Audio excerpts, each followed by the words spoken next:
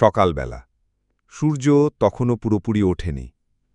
জয়পুরহাট শহরের বাইরে একদম গ্রাম ঘেঁষা কোনো মাঠের পাশে আমি দাঁড়িয়ে। হালকা কুয়াশা, দূরে কোনো একটা গাছের ডালে বসে কাক ডাকছে। এখানে শহরের জাগরণ একটু দেরি করে হয়।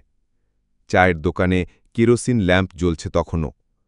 জয়নাল কাকা এক হাতে কাঁচের কাপ ধরে আর এক হাতে বিড়ি। এই শহর ছোট, কিন্তু এর ভেতরে যে আবেগ তা অনেক বড়। প্রতিটা মানুষের মুখে আলাদা গল্প। কেউ স্কুলে যাচ্ছে, কেউ মাঠে, কেউ বা সাইকেলে পত্রিকা বিলাচ্ছে। ধানক্ষেতে তখনও শিশির পড়ে আছে।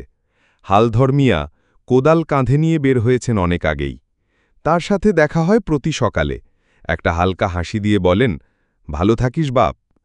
আমার ছেলেবেলা কেটেছে এখানেই। এই রাস্তা, এই স্কুল মাঠ, এই সাঁকো সবকিছুই চেনা, আপন। মাঝে মাঝে মনে হয় জীবন যদি এই জেলার মতোই হতো, ছোট কিন্তু মমতাময়।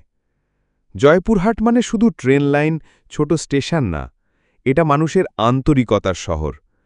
রেললাইনের পাশে বসে থাকা শিশুদের চোখে যে স্বপ্ন, তা হয়তো কোনো বড় শহরের আকাশচুম্বী ভবনে নেই।